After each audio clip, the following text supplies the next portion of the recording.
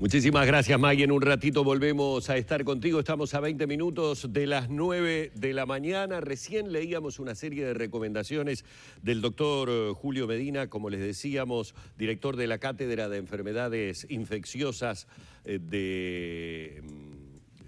a propósito de digamos, una serie, digamos, de comportamientos que decíamos con Vero. La verdad que cuando uno lo repasa uno a uno, dice, bueno, ¿cuántos ejemplos podríamos dar en este momento de muchas de esas recomendaciones que no estamos cumpliendo en innumerables oportunidades?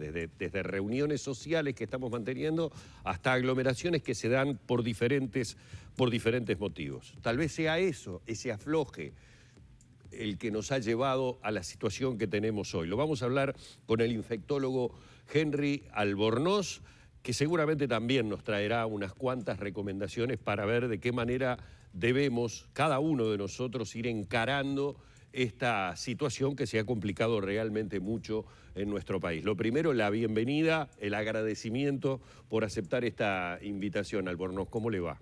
¿Qué tal? Buenos días. Bueno, Bienvenido. muchas gracias por la invitación. Sí, son momentos bastante difíciles. Creo que volver a esas recomendaciones a las que hacía referencia el profesor Medina es muy adecuado. Todos tuvimos una sensación de un cierto aflojamiento a final del año pasado. Después volvieron las preocupaciones, digamos, en diciembre y enero.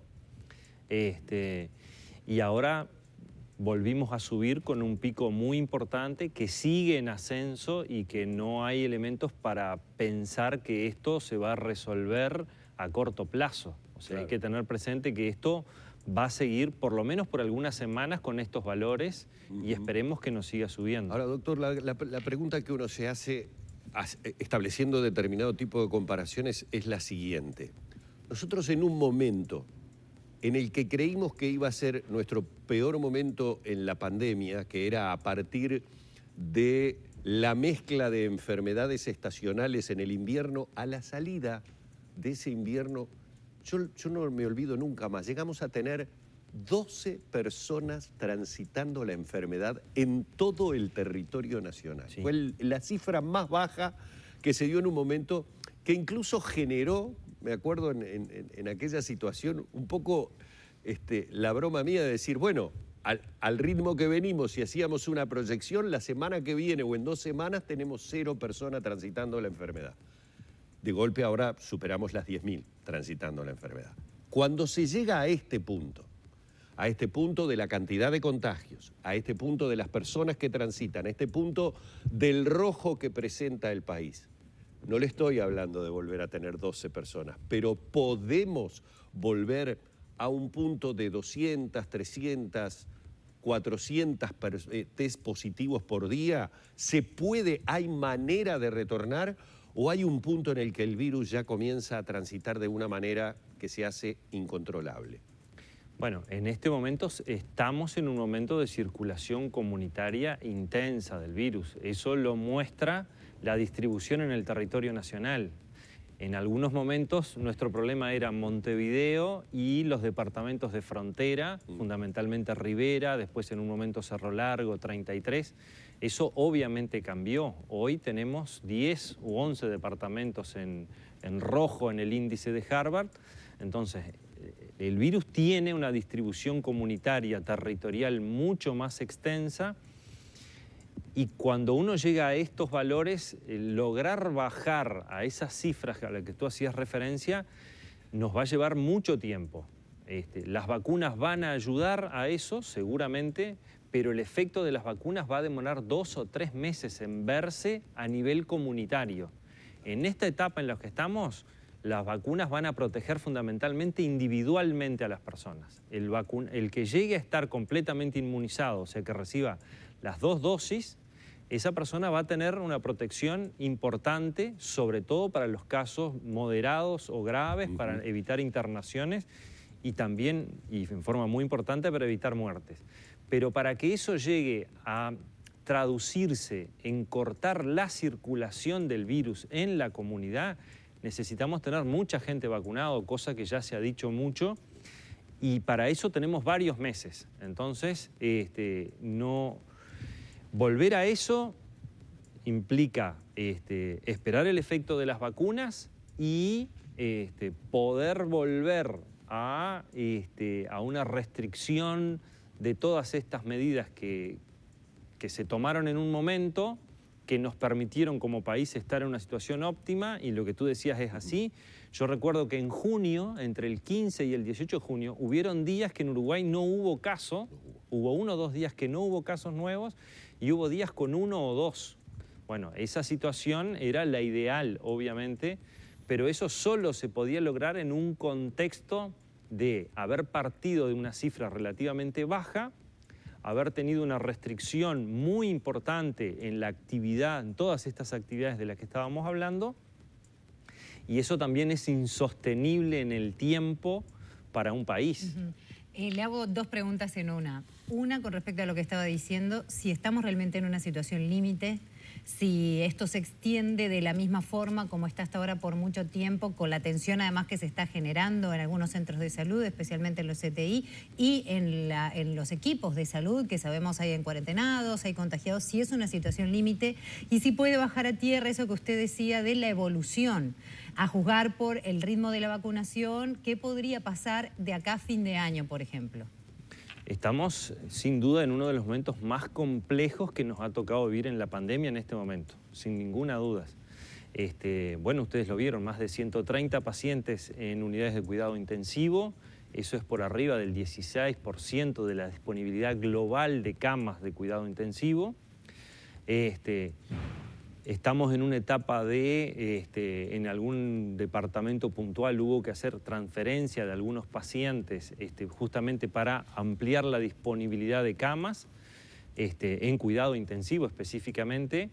Y por otro lado, como tú decías, estamos con el personal de salud en muchos centros en una cuarentena de un número muy importante de personas.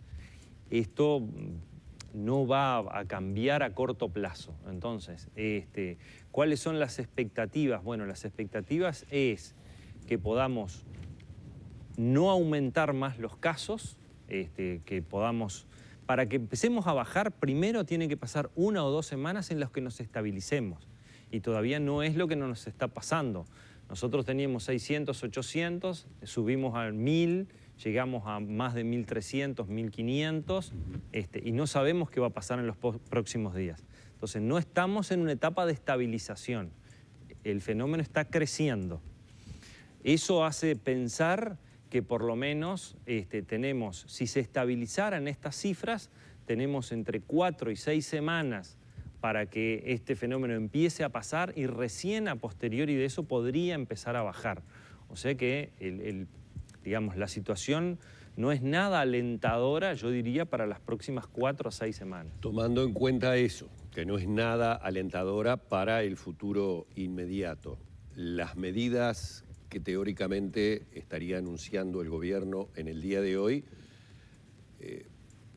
tendrían que ser, y estoy utilizando las palabras del doctor Greco ayer en un móvil de Magdalena Correa, tendrían que ser medidas de alto impacto, porque si no corremos el riesgo de que en realidad sobre esta línea en la que estamos parados, con 3 o 4 semanas de números más o menos similares o incluso tal vez peores, las medidas no surtan el efecto esperado. Sí, ninguna medida además va a surtir efecto en 1 o 2 semanas. Eso es clarísimo. Lo vimos, que las medidas que se tomaron en diciembre recién se empezaron a reflejar después que pasó el fenómeno de fin de año y año nuevo, y recién tuvimos un descenso a partir de enero, de la segunda mitad de enero prácticamente. Obviamente que coincidió con otras cosas, vacaciones, traslado de mucha gente a la costa, digamos, Montevideo era el motor de la pandemia en ese momento. O sea, ninguna de estas medidas que se puedan tomar, que veremos cuáles son las resoluciones del día de hoy, van a impactar en una semana. ¿Cuál es su expectativa personal con respecto a... No le estoy preguntando a ver cuál sería su idea, pero su expectativa personal, digamos, no sé, a nivel familiar. Mirá, me parece que en el momento que estamos, el comentario es decir, esto y esto debería ser o espero que pueda ser. Bueno, yo creo que ya se supieron tomar medidas muy oportunas en un momento y eso fue parte de lo que nos llevó a esa situación de junio que comentábamos hoy. Así que creo que es esperable que se puedan tomar medidas similares, quizás con una progresión, viendo cuál es la respuesta, pero creo que eso es lo esperable. Tenemos la zanahoria de las vacaciones ahora de turismo.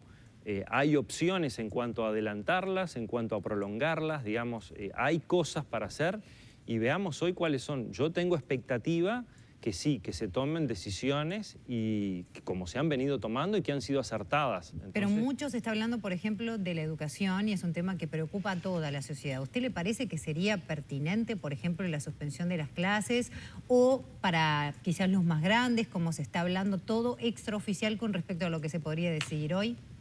Bueno, sabemos que la actividad de las clases no solo genera un fenómeno de digamos, el fenómeno de que los niños o los adolescentes van a los colegios y eso genera, digamos, instancias que favorecen la transmisión, sino que genera toda una movilidad urbana alrededor de eso, que es el traslado de los niños, la movilidad de padres o familiares que los llevan, que los van a buscar, la movilidad de los propios niños o adolescentes en el transporte público.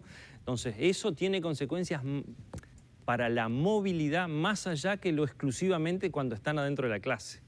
Entonces, seguramente suspender o prolongar las vacaciones va a tener un impacto muy importante sobre la movilidad. Y eso tiene muchas probabilidades y en otros países ha pasado que cuando haces eso lográs en cierta medida la restricción de la circulación, se lleva necesariamente a la disminución de la transmisión. Brevemente ya nos tenemos que despedir, se viene la semana de turismo, ¿qué pasa con esa movilidad que se puede generar? Bueno, esa movilidad tiene un componente que es mucho desplazamiento en general de la gente hacia el interior. Yo creo que hay que ver ahí cómo va a ser el comportamiento de la población. Recordemos que el año pasado hubo una restricción bastante importante a la circulación y de hecho no hubo un fenómeno de una movilidad muy importante el año pasado. Es cierto, estamos a un año después de eso, estamos mucho más cansados, con mucho más necesidad de actividades recreativas, de entornos de distensión. Entonces, es un desafío grande. Yo creo que hay que llamar a la población necesariamente a tomarse estas vacaciones de turismo no como unas vacaciones para ir a interactuar socialmente, sino por el contrario, a tratar de mantenerse en el hogar, a hacer las actividades. Hay que, brevísimo, volver al aforo del 50% en los interdepartamentales y le sumo, ¿habría que bajar el aforo aquí en la capital, en el transporte público? Yo pienso que sí, pienso que sí. En ambos casos. En estas circunstancias creo que sí. Bueno, vamos a agradecerle porque sabemos que tiene más compromisos. Seguiríamos preguntándole. Mucho, obvio, porque son muchas las preguntas, pero agradecerle muchísimo una vez más, Albornoz, que haya tenido la deferencia de aceptar nuestra invitación. Por la invitación, es un gusto. Nos vamos a la pausa directamente. Hemos estado dialogando con el infectólogo Henry Albornoz en la mañana de Arriba Gente. Ya volvemos con ustedes, 7 minutos. Nos separan de las 9 de la mañana.